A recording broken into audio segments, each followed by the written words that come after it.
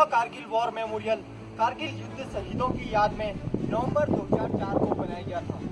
इस मेमोरियल को यहाँ पर बनाने का मुख्य कारण यह था कि कारगिल का एक बड़ा भाग इसी द्रास सेक्टर से लड़ा गया था। इसके अलावा आप लोग जिस स्थान पर खड़े हैं, यहाँ से उन पहाड़ियों की चंदेर चोटियाँ नजर आती हैं, जहाँ पर पाकिस्तानी सेना ने अपना कब्जा जमाया हुआ था, जिनके नाम इस प्रकार हैं। आप लोगों के सामने जो पहाड़ी नजर आ रही है, नाम तोलोलिंग। यदि आप लोग अपना ध्यान इसी पहाड़ी पर थोड़ा बाएं की तरफ ले जाएं, तो आपको एक ऊंचा टॉप नजर आएगा, नाम तोलोलिंग टॉप। तोलोलिंग टॉप बाएं की ओर बढ़ती हुई रिसलाइन। यदि आप लोग अपना ध्यान पूरा बाएं टू स्काई लाइन पर ले जाएं, तो आपको दो नुकीली चोटियां नजर आएंगी। दाहिने वाली नुकीली चोटी नाम टाइगर हिल। टाइगर हिल बाएं की ओर बढ़ती हुई रिसलाइन। एक और नुकीली चोटी नाम रेनो हॉर्न। रेनो हॉर्न और टाइगर हिल के बीच में प्रत्येक पोस्ट आते हैं, जो कि यहाँ से दिखाई नहीं देते, जिनके नाम इस प्रकार हैं: इंडिया गेट, हेलमेट टॉप, शिवलिंग पोस्ट और रॉकी। वापस रेनो हॉर्न। रेनो हॉर्न बाएं की ओर बढ़ती हुई रिसलाइन पर सबसे बाएं वाला ऊंचा टॉप नजर आ रहा है, नाम पॉइंट 4875 को हम बत्रा टॉप के नाम से भी जानते हैं, क्योंकि कैप्टन विक्रम बत्रा इसी पॉइंट पर दुश्मनों से लड़ते हुए वीर गति को प्राप्त हुए थे। इसके अलावा आप लोग जिस रास्ते से आए हुए हैं, उसे नेशनल हाईवे 1 डेल्टा के नाम से जानते हैं। यह राजमार्ग लेह और कारगिल को श्रीनगर से जोड़ता है। घुसपैठ होने के मुख्य कारण 1972 में भारत और पाकिस्तान के बीच हुए शिमला समझौते के अंतर्गत यह एग्रीमेंट साइन किया गया था कि दोनों ही देशों की सेनाएं विंटर के सीजन में अपने अपने एलसी पोस्टों को छोड़कर कम बर्फ वाले इलाकों में आ जाएंगी, क्योंकि उस मौसम में यहाँ पर दोनों ही देशों की सेनाओं को काफी कठिनाइयाँ होती थी। सर्दी के लिहाज से यह इलाका विश्व में दूसरे स्थान पर तथा एशिया में प्रथम स्थान पर आता है। 9 जनवरी 1995 को इस इलाके का तापमान -60 डिग्री सेल्सियस रिकॉर्ड किया गया था। जब विंटर 1998 में भारतीय सेना अपने को छोड़कर कम बर्फ वाले इलाकों में आई, तब धोखे से पाकिस्तानी सेना ने हमारे कई पोस्टों पर कब्जा कर लिया था। जब समर 1999 में भारतीय सेना दोबारा अपने एलसी पोस्टों पर गई, तो देखा गया कि पाकिस्तानी सेना की 3 इन्फेंट्री ब्रिगेडों ने ऐसे ही लगभग हमारे 400 चोटियों पर कब्जा किया हुआ था। यह इलाका गुमरी से लेकर साउथ ग्लेशियर तक 150 किलोमीटर में फैला हुआ था। इसी के परिणाम स्वरूप कारगिल युद्ध 20 मई 1999 को शुरू हुआ और 26 जुलाई 1999 को संपन्न हुआ। इसीलिए प्रत्येक वर्ष हम 26 जुलाई को विजय दिवस के रूप में इसी कारगिल वॉर मेमोरियल पर मनाते हैं। आप लोगों के सामने तोलोलिंग पहाड़ पर दुश्मन अपना कब्जा जमाए बैठा था।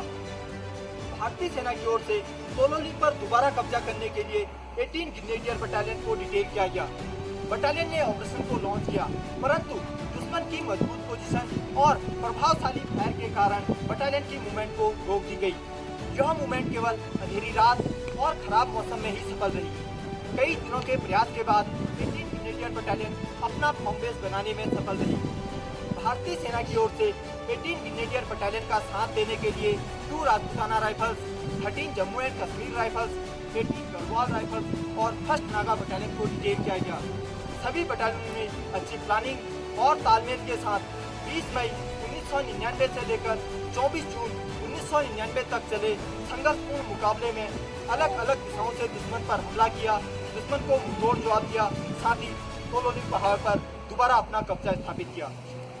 इस ऑपरेशन में भारतीय सेना को काफी बड़ा नुकसान उठाना पड़ा। इस ऑपरेशन में भारतीय सेना के 3 ऑफिसर्स, 4 जूनियर कमीशन ऑफिसर्स और 19 जवान वीर गति को प्राप्त हुई। तोलोलिंग पर कब्जा होने के बाद भारतीय सेना का ध्यान सीधा टाइगर हिल की तरफ गया, क्योंकि टाइगर हिल पर बैठा दुश्मन नेशनल हाईवे 1 डेल्टा पर प्रभावशाली फायर डाल रहा था, जिससे कि हमारी सेना की कॉन्वॉय और सिविल गाड़ियों के आने जाने में काफी कठिनाइयां हो रही थी। भारतीय सेना की ओर से टाइगर हिल पर दोबारा कब्जा करने के लिए 18 ग्रेनेडियर बटालियन और 8 सिख बटालियन को डिटेल किया गया। दोनों ही बटालियनों ने अच्छी प्लानिंग और तालमेल के साथ 2 जुलाई 1999 से लेकर 11 जुलाई 1999 तक चले संघर्षपूर्ण मुकाबले में अलग अलग दिशाओं से दुश्मन पर हमला किया, दुश्मन को मुंहतोड़ जवाब दिया, साथ ही टाइगर हिल पर दोबारा अपना कब्जा स्थापित किया। इस ऑपरेशन में भी भारतीय सेना को काफी बड़ा नुकसान उठाना पड़ा। इस ऑपरेशन में भारतीय सेना के 2 ऑफिसर्स, 4 जूनियर कमीशन ऑफिसर्स और 30 जवान वीर गति को प्राप्त हुए। इसी ऑपरेशन में 18 ग्रेनेडियर बटालियन के ग्रेनेडियर योगेंद्र सिंह यादव को उनकी महान बहादुरी और अदम्य साहस को देखते हुए परमवीर चक्र से सम्मानित किया गया। साथ ही उन्हीं के party commander lieutenant Balwan Singh को महावीर चक्र से सम्मानित किया गया। पॉइंट 4875 को हम बत्रा टॉप के नाम से भी जानते हैं। कैप्टन विक्रम बत्रा की महान बहादुरी को देखते हुए पॉइंट 4875 पर दोबारा कब्जा करने का टास्क भी उन्हीं की battalion 13 Jammu and Kashmir rifle को दी गई।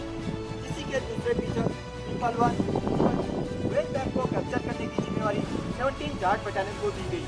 ट्विन बम को कैप्चर करने की जिम्मेवारी 2nd नागा बटालियन को दी गई। तीनों ही बटालियनों ने अच्छी प्लानिंग और तालमेल के साथ 4 जुलाई 1999 से लेकर 7 जुलाई 1999 तक चले संघर्षपूर्ण मुकाबले में चारों दिशाओं से दुश्मन पर हमला किया, दुश्मन को मुंहतोड़ जवाब दिया, साथ ही तीनों चोटियों पर दोबारा अपना कब्जा स्थापित किया। इस ऑपरेशन में भी भारतीय सेना को काफी बड़ा नुकसान उठाना पड़ा। इस ऑपरेशन में भारतीय सेना के 3 ऑफिसर और 27 जवान वीर गति को प्राप्त हुए। इसी ऑपरेशन में 13 जम्मू एंड कश्मीर राइफल के कैप्टन विक्रम बत्रा को उनकी महान बहादुरी और अदम्य साहस को देखते हुए मरणोपरांत परमवीर चक्र से सम्मानित किया गया। साथ ही उन्हीं की बटालियन के राइफलमैन संजय कुमार को भी परमवीर चक्र से सम्मानित किया गया। कैप्टन अनुज नायर को उनके कुशल नेतृत्व को देखते हुए मरणोपरांत महावीर चक्र से सम्मानित किया गया।